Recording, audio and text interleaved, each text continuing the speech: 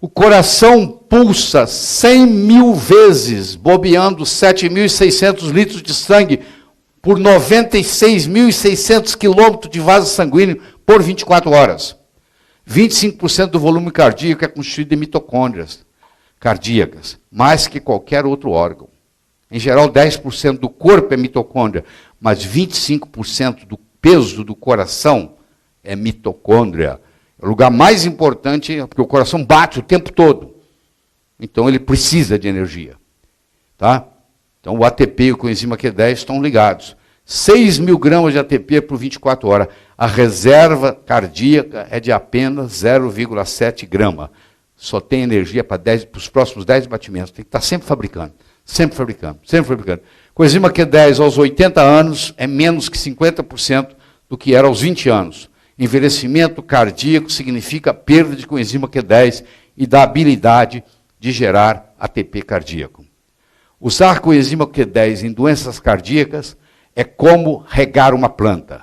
A resposta é quase imediata. Quem falou isso não fui eu, não. Foi o Dr. Peter Langjoin, que é um cardiologista do Texas, que já tratou mais de 10.000 pacientes com insuficiência cardíaca com coenzima Q10. Ele é referência mundial. E o que ele usa é o que você vai usar no seu consultório. Não está diferente, não. Que é coenzima Q10. Ele é famosíssimo no mundo inteiro. Porque ele foi o primeiro a usar rotineiramente e tirar pacientes de fila de transplante. Tá? O coenzima Q10 não deixa a LDL ser oxigenada. Então você tem um paciente com colesterol alto. Você está preocupado que está com colesterol alto, por razão que quer que seja. Ao invés de você ficar preocupado e ficar baixando o colesterol, você está com coenzima Q10, que não vai deixar a LDL oxidar. Entenderam? Existe hoje o coenzima Q10 reduzido, que se chama ubiquinol, que é o dobro da biodisponibilidade. Hipertensão é uma condição, não é uma doença. Nossa, eu sei que você aprendeu a tratar na faculdade como doença. É uma condição. Uma das causas dessa condição é a deficiência de coenzima Q10. Você dá coenzima Q10, a hipertensão vai embora, some. A principal causa de hipertensão, que ninguém conhece a causa, é a deficiência de magnésio no Brasil. A maioria de seus pacientes, só com a reposição com magnésio, acaba a hipertensão. Hipertensão não é doença, é condição. Fibromialgia não é doença, é condição. E como fica o uso das estatinas? As estatinas causam hipertensão. Estão vendo como? Fácil, né? Então, a deficiência do coenzima Q10 leva a um enrijecimento do músculo cardíaco, que leva a um aumento de adrenalina, que leva a um aumento da pressão arterial, que leva a hipertensão. Olha lá.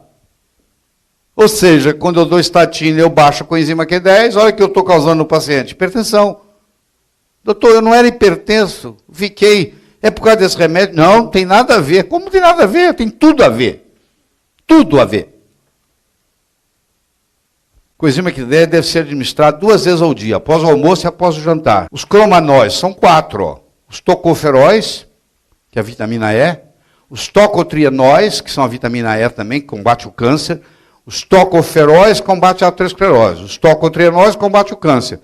A coenzima Q10 e a vitamina K. Vitamina K e coenzima Q10 são primos irmãos, são parentes da mesma família. A família dos cromanóis, são lipossolúveis. Por isso que deve ser tomado depois do almoço, depois de jantar. E a absorção chega a ser 3 vezes maior. E aí, Sabrina, muita matéria? Haja informação, hein? Isso não é nada, Sabrina. Nós estamos com um final de semana leve. Hã? Os cromanóis aqui. Os cromanóis pertencem aos terpenos. Os terpenos pertencem aos nutracêuticos.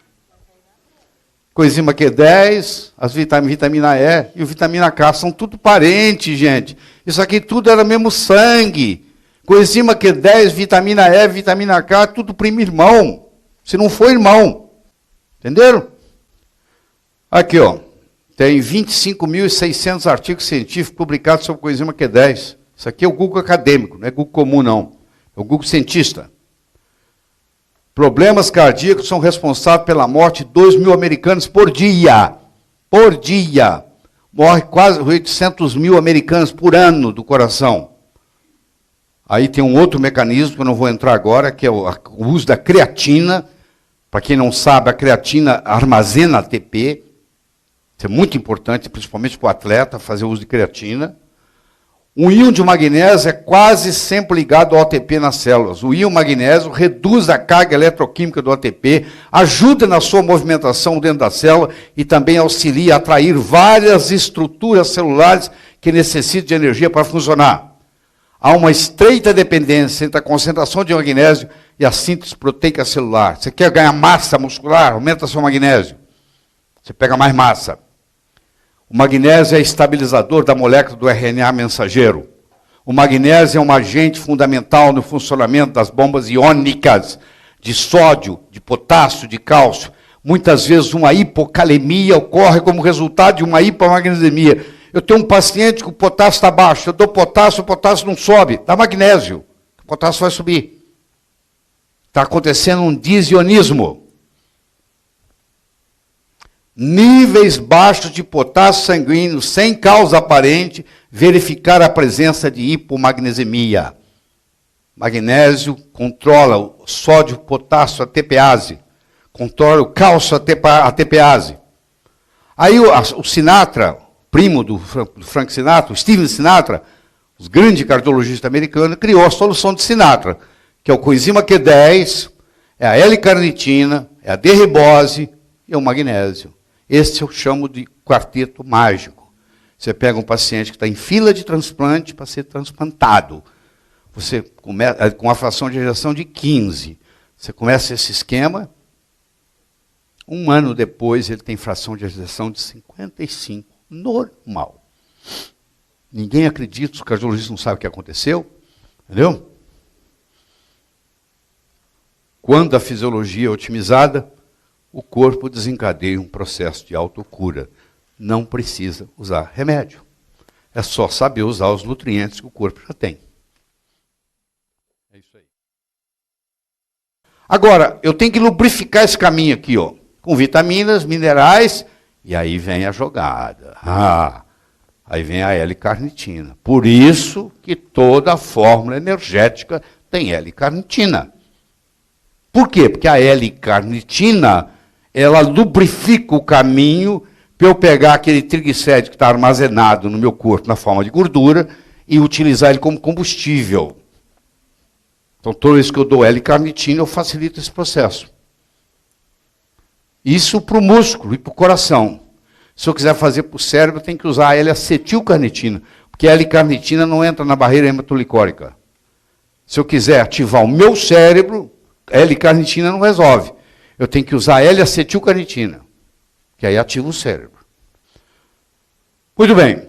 Todo carboidrato, para ser utilizado na produção de ATP, tem que ser metabolizado em glicose. É o caminho. Virar glicose primeiro. A energia produzida pela mitocôndria é a maior fonte de produção de radical livre na célula. 24 horas por dia. Eu sei que você vai assustar, mas eu vou te falar. Você produz o seu peso em ATP em cada 24 horas. Você produz uma média de 65, 70 quilos de ATP por 24 horas. Você produz o seu próprio peso em energia. Falou o que é isso? Fermentação é vida sem oxigênio. Pasteur. O aminoácido carnitina é encontrado somente em proteína animal. Aí vem os problemas dos vegetarianos. Eles têm deficiência de energia. Você nunca viu um vegetariano ganhando a maratona de Nova York? Não existe.